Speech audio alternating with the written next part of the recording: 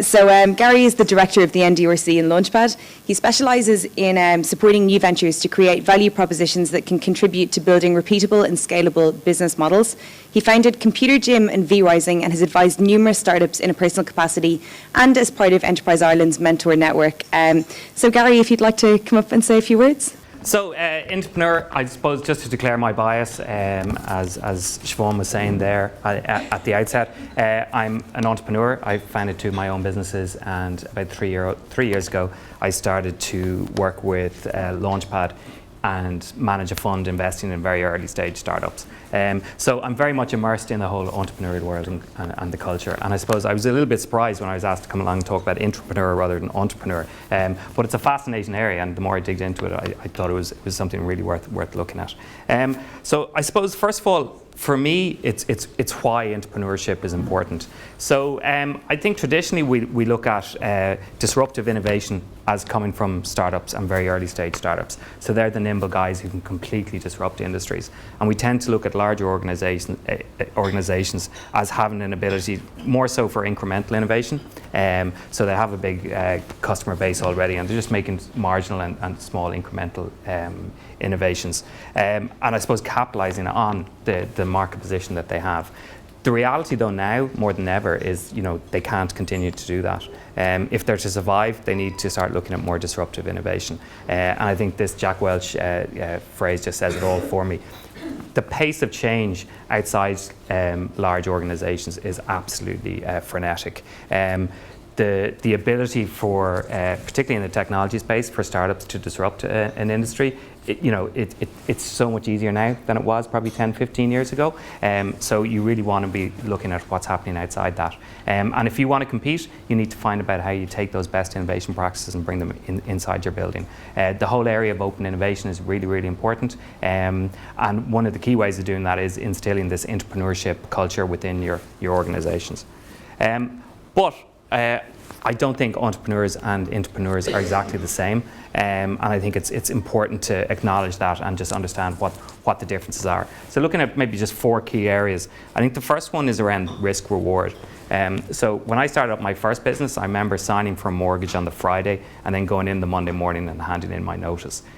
We have a ridiculous capacity to fool ourselves that we will be within that 5 to 10% of people who always succeed, and our business is going to be fantastic. And you just really throw yourself into it, and it's all or nothing. The rewards are you trade everything for equity and ownership in the business now, and you take a rather meager salary for a number of years until you achieve that and create that value.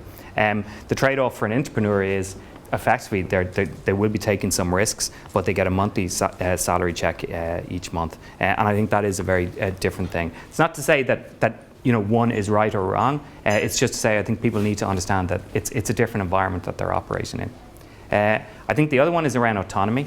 I think an entrepreneur is used to making their own decisions. They can actually carve out their own future. Whereas within a larger organization, although you may view yourself as an entrepreneur, you are working within a bigger organization with a different set of rules and the very established rules. And I think you need to take that into account as well. I think around resource attainment, so entrepreneurs are great hustlers, but they will make decisions around who they hire, who they fire, how they actually raise money to go into the business. Whereas entrepreneurs, it's very different. You will need to negotiate for resources within your organisation, but the chances are those resources are very much available to you. And if you can negotiate well with the key stakeholders in your organisation, you will find that funding your business opportunity within that is far easier than an entrepreneur would normally find it.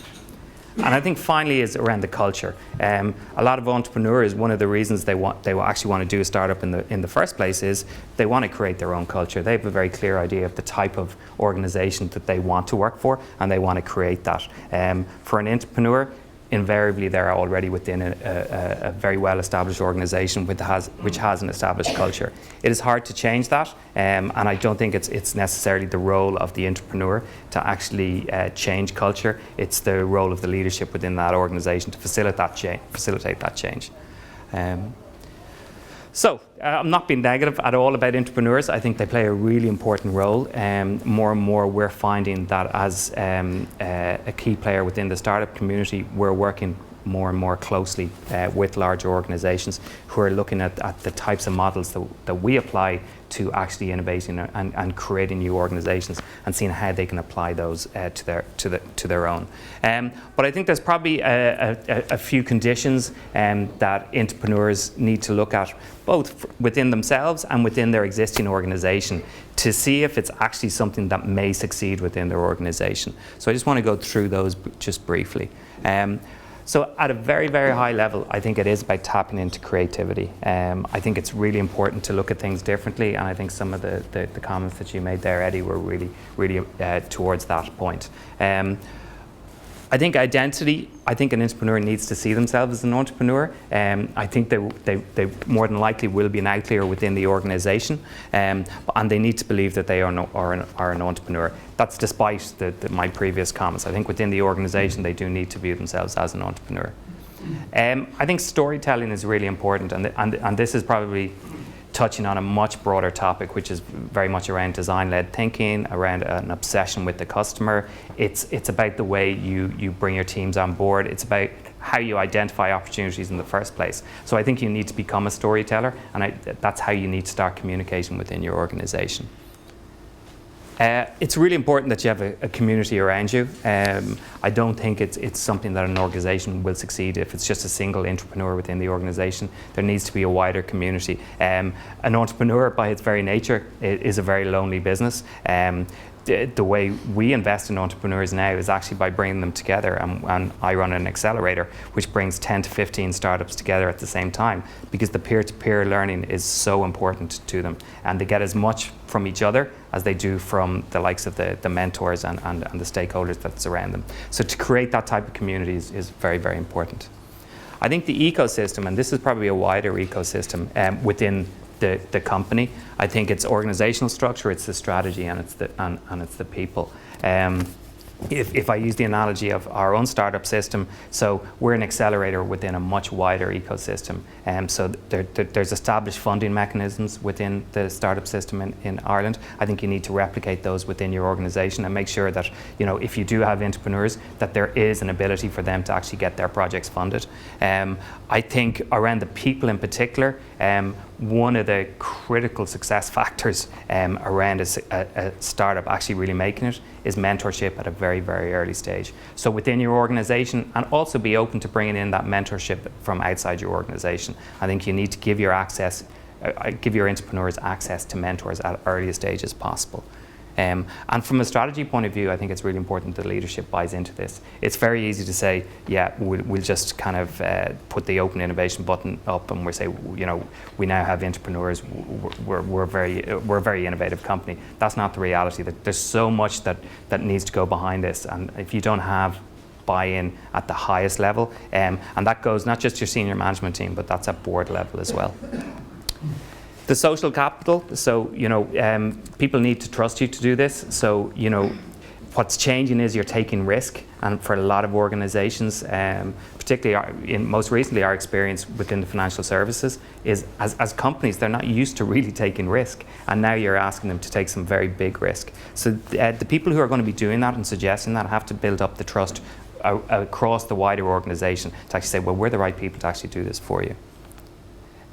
That said, we have to accept there's a huge amount of uncertainty to this, and there really needs to be a culture of that failure is acceptable. From an economy point of view, we see this in the startup space that we see, it's so easy to fail in the States, but it's so much harder to fail here.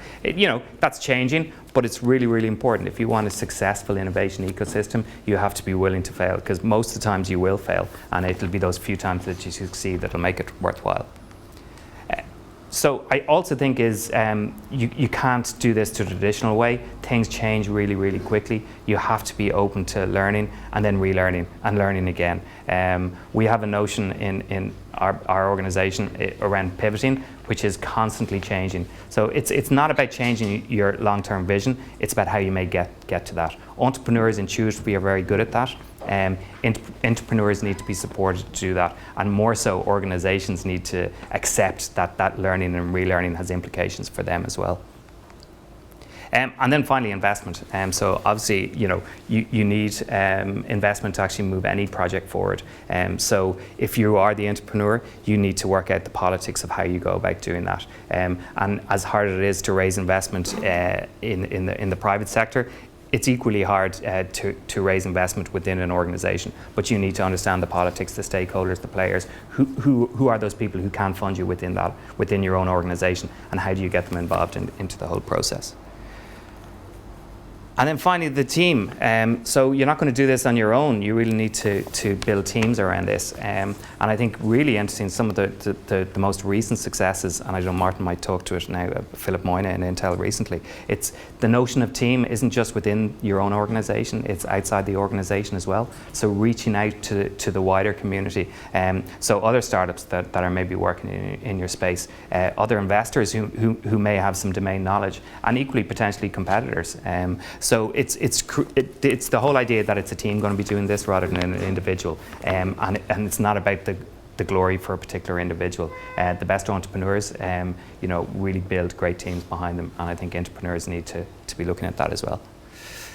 So for me, this is my final slide. So this is really talking to some of my own direct experience, and I think the big elephant in the room in all of this is at the board level, and it's that genuine buy-in at senior management and board level to the notion that this is how we're going to move our company forward, and that we're going to embrace this new innovation. We're going to embrace this new way of building value within our organization.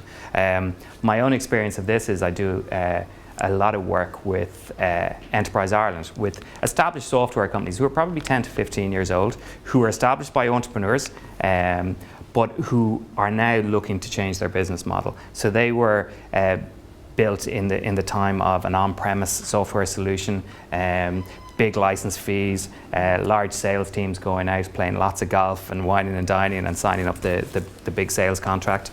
Now they're starting to look at, well, how do we scale that business up through software as a service? And a lot of them get into this without thinking through the implications of it and the big cultural and organizational implications that switching your business model has. And as an entrepreneur who advises them, that's what I'm cautioning them on. It's not just simply saying we're going to charge differently or we're going to sell to new types of customers. This is a completely new business model, and when you do that, it has implications right across your organization. So in the SaaS world where marketing and that early customer development is so important. In your old business model, where you have some senior sales guys who are out doing a lot of face-to-face sales, that role is redundant. And so the whole power shifts within the organization. And if you have a sales director who's sitting on your board, he's going to fight tooth and nail for that. So what we find is when we scratch along the surface, we can actually present a very valid business case to say why a company should maybe adopt a new type of business model. But it usually falters there. So unless there's genuine buy-in from the board level, it's not going to move forward. And it's fascinating to have these conversations with real entrepreneurs. So these aren't companies that have a heritage of 100 or 150 years. They're still young companies, but they built their company in a very, very different world, in a very, very different environment. And a lot of the time, I suppose my role will be equivalent to an entrepreneur, which will be challenging every set of beliefs that they have and saying, well, no, I believe this is the way the company can go forward, but it has implications. And if we do that, I need your support.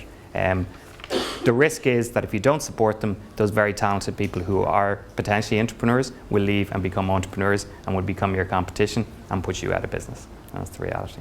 So on that note, thanks very much.